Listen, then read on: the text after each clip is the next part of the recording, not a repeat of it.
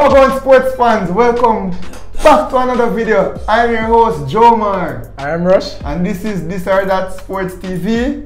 The place on the internet you guys come to get the best, most riveting and interesting sports discussions on the internet. Yeah, so today we have our third episode of Keeping Up with the Reggae Boyz. It's been doing well so far, bro. How do you feel about the past 2 episodes? As you guys would have known, you know, Reggae Boy #1 fan here.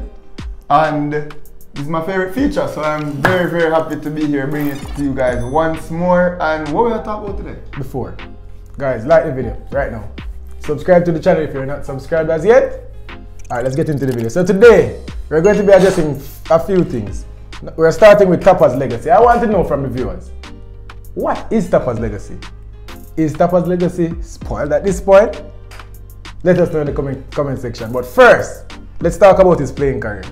Well, internationally making his debut in 1993 for Jamaica, and as you would have known, playing 120 games for the country, scoring 24 goals, one of Jamaica's all-time elite representatives, you know. I would say the greatest reggae boy of all time, you know, scoring 2 reggae boy goals in the World Cup, and it was in amazing fashion too.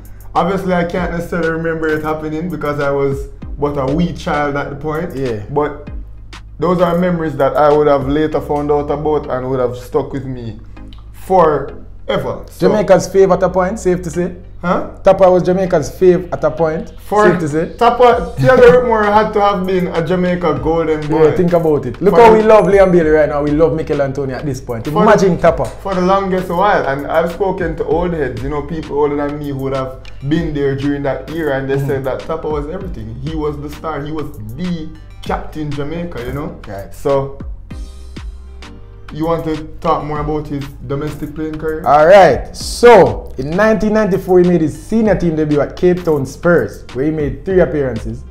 He then went on to Violent Kickers in 1996. Then in 1997 he went to Seba United. In 1999 he went to Hull City, where he made 77 appearances in England. Yeah. I think that's where he really raised his stock. Yeah, and that's where he made his money, because we know the top of him little butters Inside. on one side, him big house in a mobile, but didn't go this, sir. In 2002, Tappa played for Seba United. 2003 he went to Livingston. In 2003 he returned to Seba. Then he went to Tranmere Rovers and then rounded out his career being a player coach in 2006 to 2008 for Seba United. Yes, so as we can see, he had intermittent spells overseas and back in Jamaica. And there are many, many factors for this. It just, after Hull City, I don't think he necessarily got his foot on the ground overseas while playing football, and as such, him not being there for as long as you'd see other players like Ian Goodison and Ricardo Gardner, so on and so forth, who would have plied their trade consistently for a long period of time. But he definitely did make an impact overseas for certain points, and we're proud of Theodore Whitmore. For sure. Let's talk about him as a player though before we move on. Yeah. I personally don't know, because I didn't watch much of, I couldn't watch much of Theodore Whitmore. But as a player, I know he's an attacking midfielder. Yeah. You know, some would say lazy, but a magician with the ball. Exactly, very so creative. What have you heard? Yeah, a player who is skillful, you know, not the most rapid players. As you can see, he's not a player that's going to dart through the midfield. Think of Tariq McGee. You know, tall and lanky, but just doing everything at his own pace, being able to beat a player with skill, or being able to poach on top of the box, as any attacking midfielder should be able to do, and get in the odd goal. So he was the everything creative midfielder, you know, the ultimate number 10. And it's just so weird that Don't do it. Alright. Yes, guys, no, so for real now, I really wanted us to do this video because I don't want Tappa's legacy to be tarnished. So it's very important that we know what Tappa has done for Jamaica, right? So, you want to talk about his coaching career, where I don't think we'll be as enthused. Alright, so I think the moment when Theodore Whitmore decided that he wanted to be a coach, that's the moment where we saw the plateau of his legacy and then the decline, because I just don't think it was cut out for him necessarily, especially at an international senior level. So he started as a player coach in 2006 with Seba, and then he moved on to do intermittent spells, both assisting and interim head coach in the Jamaica national team, before finally being awarded the full-time position, right? And after being awarded the full-time position, he's done, I would say, good things at the helm of the Jamaican Football Federation as it relates to being a head coach. Some strong feats that he managed to accomplish was 2 finals appearances in the Gold Cup. One versus Mexico, one versus the United States of America. A few semi-final appearances, managing to win the Caribbean Cup. You know, so he did accomplish a lot. However, I think in recent times, as Jamaica began to attract more dual nationals, the likes of Gareth McCleary and Joby McAnuff, and then now we see the Mariapas, the Ravels, the Daniels, so on and so forth. I think the level of professionalism and the amount of professionals playing for the Reggae Boyz right now is a bit more than Tappa can handle, because he was never trained or he has never had experience coaching professionals. Yeah, so let's talk about Tappa's stats for the Jamaican national team. So in his first stint, 2009 to 2013, Tappa played 53 games, or he coached 53 games. He won 24, drawn 8, and lost 21. That's the first stint. In the second stint, 52 games coached, won 23, drawn 13, lost 16. So in the first stint, he actually won more games when he was relieved of his duties. Yeah, so recently, Tappa got fired on December 9, 2021. Big uproar. Let's do a recap of that. Yeah, I think the uproar happened before he got fired.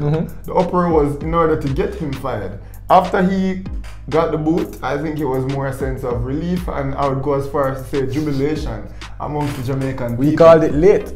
Unfortunately, for such a hero, such a prevalent name in Jamaica football, he had to be treated this way, but I blame that on him for not understanding the depth of his ability and realizing that it was too big for him, and I blame the JFF for making this drag on for far too long. We must say though, it would be unfair of us not to mention that Theodore Whitmore was dealt a bad hand initially. You know, he didn't have a lot of resources.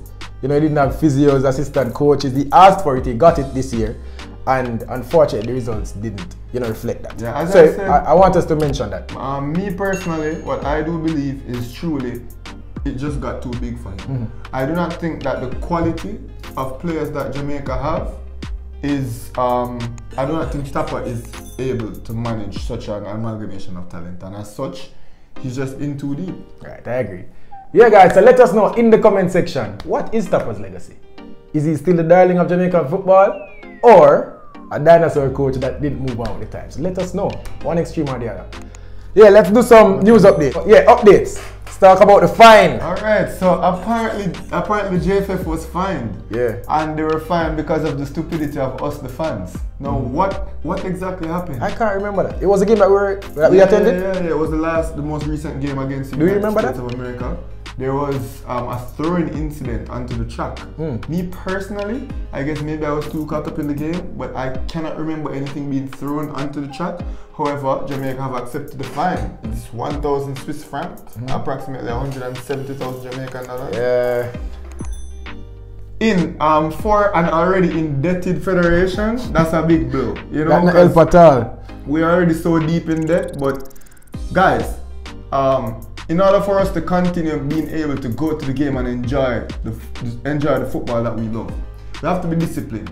As fans, we cannot be doing embarrassing stuff like that. Let's leave that to the English, the hooliganistic English, and the South Americans who cannot control their passion. We as Jamaicans, we know how to enjoy our football without being an embarrassment. So let's go to the stadium in January. Let's throw trash in the trash can. All right. So, next update, there's a friendly announcement, right? So Jamaica is playing Peru at Peru. Yeah. So Lima, Peru on January 20th, 2022. What do you feel about that? I'm excited for the game. I think we should have had one in December because MLS is over. All of the Central American, North American football competitions are done right now. I don't see why we are not having a camp right now. I don't see why we're not having friendlies or at least a friendly in December to prepare for our most important run of the campaign. Keep in mind, seeing on FIFA Day, it might be hard finding teams to play against because other teams will not be able to at least a camp either. Well, we should definitely be having a camp, and I think we will. Though I haven't heard any official confirmation, but I think there are rumblings of a winter camp. So I hope to see that happen. Also, the Scandinavian players, like Dwayne Miller and Blair Turger, will be available for selection as well.